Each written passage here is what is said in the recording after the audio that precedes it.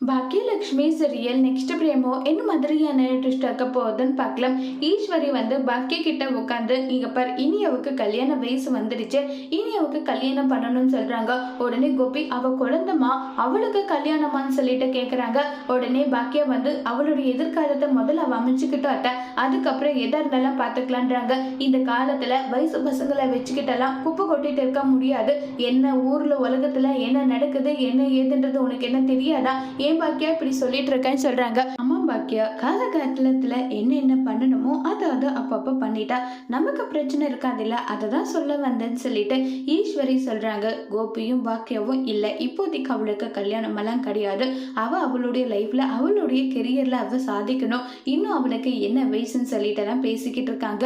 ஈஸ்வரி இப்பெல்லாம் நான் சொல்றது புரியாது, ஒரு நாள் இல்ல ஒரு நாள் அவ ஏதாவது தப்பு பண்ணிட்டேன்னு நிக்க போறா, வேற ஒருத்தனை காதலிக்கிறேன்னு சொல்லி நிக்க போறா. அப்ப உங்களுக்கு தெரியும் நான் என்ன சொல்றேன்னு சொல்லிட்டு, ஏன் பாக்கியா உனக்கும் இவ்வளோ வயசுல நீ செலியனவே பெற்றுட்டேன், அதே மாதிரிதான் நானும் கோபியை பெற்றேன். இப்படி எல்லாம் இருந்து நம்ம எல்லாம் காலகாலத்துக்கு வாழலையா, அந்த மாதிரி வாழ போறேன்றாங்க. அத்தை போதும் அத்தை, இதுக்கு மேல இதை பத்தி பேச வேண்டாம், எனக்கு இதுல விருப்பம் இல்லை, விட்டுடுங்கன்னு சொல்லிட்டு பாக்கியமும் கோபியும் அங்கிருந்து கிளம்பி போறாங்க.